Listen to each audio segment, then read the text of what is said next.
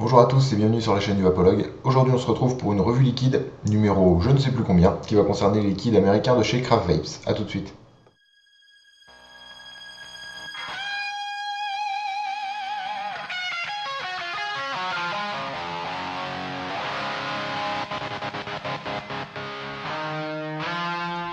Alors, gros plan pour la petite présentation de la marque, comme on va faire pour les prochaines fois. C'est plus sympa, comme ça on fait directement la marque, plus après l'aperçu des flacons.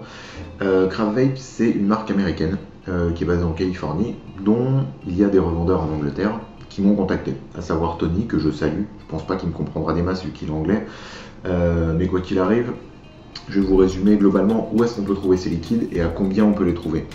Vous pouvez le trouver soit aux États-Unis, là où ils sont fabriqués, à partir de 9,95$, donc 10$ pour un flacon de 30 ml.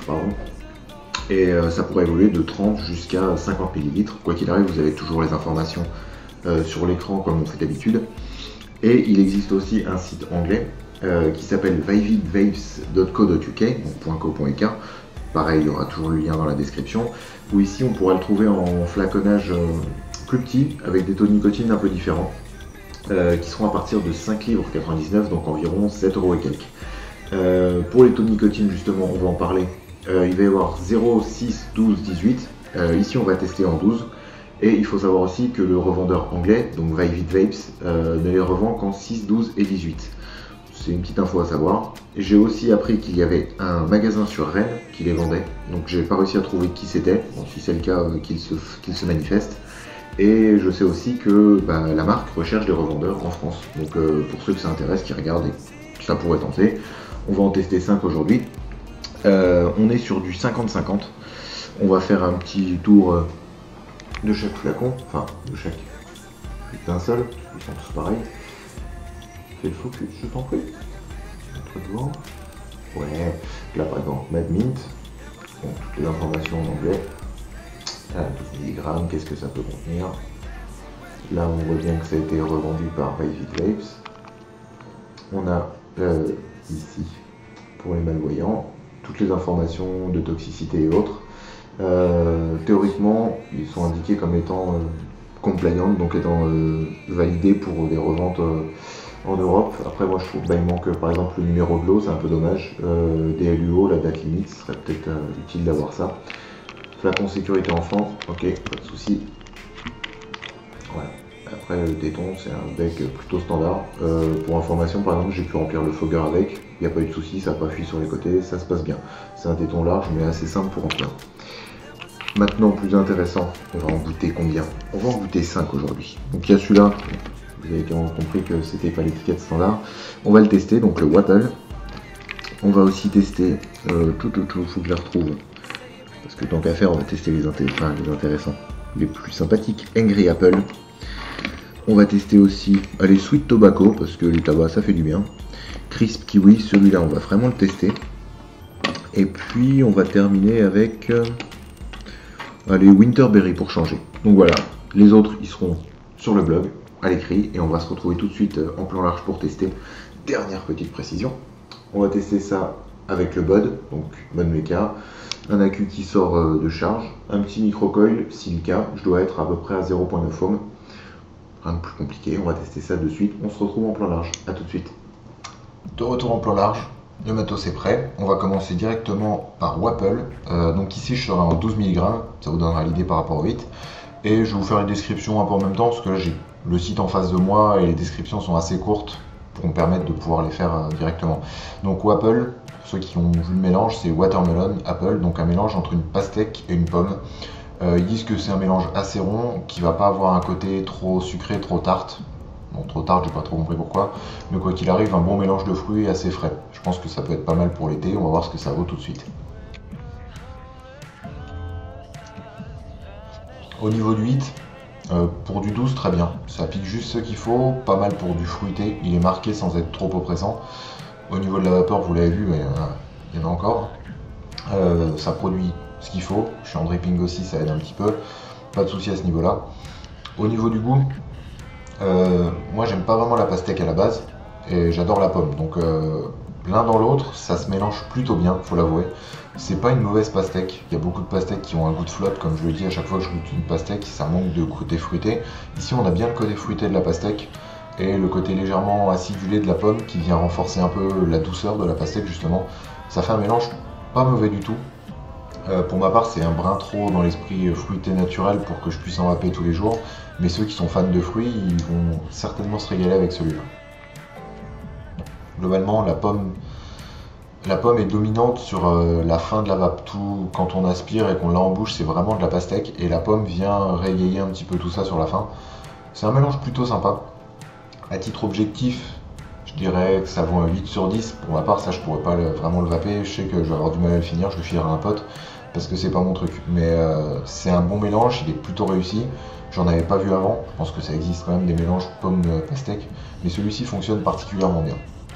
On se retrouve tout de suite pour le liquide suivant, on va voir ce que c'est. On va voir les Winterberry. C'est parti, second liquide. Alors Winterberry, description du site. On a fait une approche plus rafraîchissante des baies, en gros. Winterberry est un liquide conçu à partir de myrtille, de framboise et de boysenberry. Donc boysenberry, je me suis renseigné, c'est un croisement entre une framboise et deux types de mûres sauvages qui ont fait une nouvelle baie qui s'appelle boysenberry. Donc c'est une approche qui s'est voulue fruitée et fraîche avec un hit froid, donc certainement du Coolada. On va goûter ça tout de suite. Vapeur hit, pas de souci. Le hit n'est pas si frais que sur d'autres liquides type menthol, c'est vraiment très doux. On peut faire de l'inhalation directe, ça arrachera pas. Ça laisse une sensation de fraîcheur, mais pas désagréable. Et étonnamment, elle va s'associer vachement bien avec des fruits rouges. Je pensais pas. Pour les fruits, donc on nous a cité myrtille, framboise et boysenberry, on va dire en gros mûre sauvage. Myrtille, je ne l'ai pas vraiment senti, vraiment, c'est pas plus que ça. On sent vachement bien la framboise, super agréable, très très bonne. Et boysenberry, on sent de la mûre. On arrive à trouver que c'est de la mûre, il y a des petites notes en plus qui seraient peut-être la myrtille. Ça fait un mélange pas mauvais du tout, qui change un petit peu, qui a une impression de naturel. C'est vraiment du fruit rouge qu'on vient croquer comme ça, c'est assez impressionnant et c'est pas mauvais. Le côté froid par-dessus, il arrive vraiment sur la fin, il reste en bouche, moi j'ai l'impression là d'avoir un Airwaves aux fruits rouges, au cassis ou autre chose, avec les notes de framboise qui vont avec. C'est pas mauvais du tout.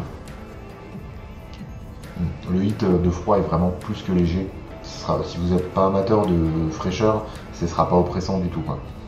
Au niveau de la note, ça je mets un 9 sur 10 parce que pour le coup c'est une bonne idée. C'est bien pensé, c'est pas commun et le mélange fonctionne plutôt bien. Après je sais pas où ils ont pu récupérer l'arôme boysenberry, mais on sent que c'est pas du fruit rouge standard et ça dépote plutôt pas mal. On va continuer avec un autre fruité qui s'appelle le Crisp Kiwi. A tout de suite. Alors troisième liquide de leur gamme dont j'ai oublié de parler, il y a 13 liquides différents dans cette gamme. Je le remettrai de toute façon dans le lien juste ici, mais c'était pour le préciser, j'avais oublié. Donc là on va tester le Crisp Kiwi.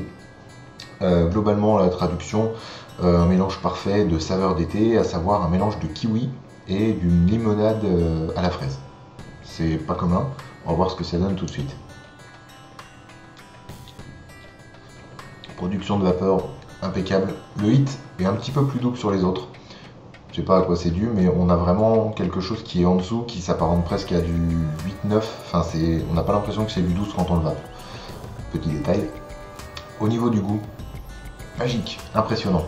On a une vraie sensation de kiwi. J'avais goûté quelques liquides au kiwi avant et en étant déçu, en me disant c'est pas ressemblant, c'est pas top, c'est un peu fade. Là, on a du kiwi vraiment dans la gueule, c'est très très bon. On a le côté chair de kiwi. La fraise, par-dessus, elle est plus douce, elle est vachement atténuée derrière le kiwi, c'est ce qui nous vient en premier. Et on a un bon mélange entre une fraise et une limonade. On a un côté un petit peu piquant, un peu pétillant qui vient dessus, qui est pas mauvais, mais qui est vraiment... c'est pas un mélange égal, équidistant. Et puis voilà, c'est pas un mélange vraiment 30-30-30 quoi. On a une grosse partie de kiwi qui va être 60% du parfum, et le reste va se diviser avec la fraise et la limonade qui sont un peu plus en retrait, mais qui sont bien comme il faut. Pour moi, ça c'est un liquide qui vaut 10. Celui-là, j'en ai reçu 2 fioles et je suis content de les avoir reçus parce que c'est trop bon. Je l'ai passé dans le fogger, ça va très très bien. Pour l'été, ça marchera nickel, il n'y a pas de souci. Qu'est-ce que je peux dire de plus de ce liquide? À part que je vais en reprendre une table, pas grand chose. C'est vraiment un très bon mélange, pas commun. J'avais jamais vu le mélange kiwi, limonade, fraise. Ouais, fraise. Ça fonctionne bien, c'est très très bon. Euh, on se retrouve pour l'avant-dernier qui va être un peu particulier. Il s'appelle le Angry Apple. A tout de suite. Alors, le Angry Apple, qu'est-ce que c'est? Pour la petite histoire, dans la description, ils indiquent qu'en fait c'est un ami du groupe Craft parce qu'il leur a envoyé un défi, c'était de reproduire un cocktail. Apparemment, le Angry Apple, ça existe. Pour l'info, c'est un cocktail de cidre, cannelle et whisky. Donc en gros, ils ont essayé de mélanger ces trois trucs pour en faire quelque chose de vapable. On va voir ça tout de suite. Je préviens d'avance, c'est pas un liquide qui va être pour tout le monde, mais vraiment, vraiment pas. C'est du tout ou rien, mais je pense que 5-10% de la population va pouvoir le vaper, c'est super particulier. On goûte ça de suite. Au niveau de la vapeur, c'est bon. Au niveau de l'huile, c'est spécial parce que c'est très épicé, vraiment très épicé. Comment vous dire? Vous prenez un Sub-Zero, vous voyez le hit que ça vous fait en menthol, c'est le même hit en épice cannelle. C'est d'une puissance assez violente, faut aimer. Ça se va pas vraiment en dripping, ça c'est plus dans des tanks. Je l'ai passé dans le fogger, c'est beaucoup plus doux, beaucoup plus apaisant, mais en dripping c'est vraiment très fort. En gros, l'effet que ça va vous faire, vous allez aspirer et vous allez avoir l'impression qu'on vous saupoudre de la vraie cannelle sur la langue. Ça reste encore, ça reste dans le nez, si vous recrachez par le nez, c'est très puissant. Et une fois que vous avez aspiré, ça se change magiquement en cidre avec un super bon whisky, très bon goût de whisky par-dessus. Le mélange il fonctionne bien, mais il est ultra puissant. C'est pour ça que je préfère vraiment prévenir. Celui-là, si vous en achetez, prenez-le vraiment en 5 ml, enfin le plus petit possible pour vous faire une idée. C'est spécial. Moi, je trouve ça très bon. Moi, je mettrais un 9 sur 10 parce que pour le mélange, ça marche bien. C'est assez novateur, mais par contre, c'est super épicé, voire trop épicé pour la plupart des gens. Je reprends une ou deux petites taffes pour le fun. Ouais. En aspirant, ce sera cidre, épice. Après, épice, épice, épice, épice. Et après, whisky. Très bon. Faudra tester. Celui-là, faudra tester. Je peux pas vous en dire plus. J'ai essayé de le décrire au mieux. Mais il risque de piquer un petit peu. Évitez de le faire en dripping autant que possible. Dans un carton, ça devrait passer très très bien. On se retrouve pour le dernier. On va prendre le plus simple de toute la gamme, le Sweet Tobacco, pour voir ce que ça vaut, si ça pourrait plaire aux nouveaux vapoteurs. A tout de suite. Dernier liquide en revue vidéo de chez Craft Vapes, le Sweet Tobacco. Donc en gros un tabac simple avec apparemment des notes un petit peu d'herbe derrière, qui est considéré comme une bonne gamme standard pour le type tabac et qui peut être facilement mélangé avec d'autres arômes pour le renforcer ou l'adapter à vos besoins. On goûte ça tout de suite. Au niveau du 8, on est pas mal, voire même un peu plus doux sur certains autres, notamment le tout premier qu'on a testé, le Wapple, qui avait un bon hit pour un fruité. On est dans ces eaux-là, voire un peu plus faible, j'ai l'impression. Vapeur, pas de souci, c'est un peu plus sec. Ça pique un petit peu plus, donc côté tabac. Le goût, on a un tabac, mais c'est vraiment pas un tabac que moi j'ai eu l'habitude de vaper. C'est très léger en tabac. On a la note d'herbe, c'est assez puissant. Moi j'ai une note un peu de sauge par-dessus. Ça fait pas un mélange mauvais. Vaper comme ça de version neutre, c'est spécial. Je pense que ça pourrait pas convenir vraiment à quelqu'un qui débute la cigarette électronique parce que c'est trop marqué d'un côté herbe et ça ne plaira certainement pas à grand monde. Mais par contre, je pense que ça peut être très bien mélangé avec de la menthe pour adoucir, ou alors carrément un agrume. Je pense que ça passerait bien avec le côté herbe un peu sauge. Je trouve que c'est pas un super bon tabac. Malheureusement, je pense que Craft Vape gère un petit peu plus les côtés fruités, les mélanges un petit peu osés. Là, le mélange, pour moi, il fonctionne pas. Je mettrais 5 sur 10. Ça peut se vaper. J'ai pu le vaper pendant quelques jours sans problème. Mais c'est pas quelque chose vers lequel je reviendrai naturellement et qui me donne envie de revenir. Une ou deux taffes en plus, histoire de dire. Une petite note légèrement poivrée par-dessus. C'est pas mauvais. Celui-ci, je pourrais pas forcément le conseiller. On peut pas faire que des bons liquides. Quoi qu'il arrive, dans l'intégralité de leur gamme, j'ai été très peu déçu, mais aussi très peu emballé. En gros, il y a de très bons liquides standards des liquides passe partout, et il y a un ou deux liquides qui se dénotent vraiment. Angry Apple, il se dénote en bien ou en pas bien, mais il est vraiment particulier.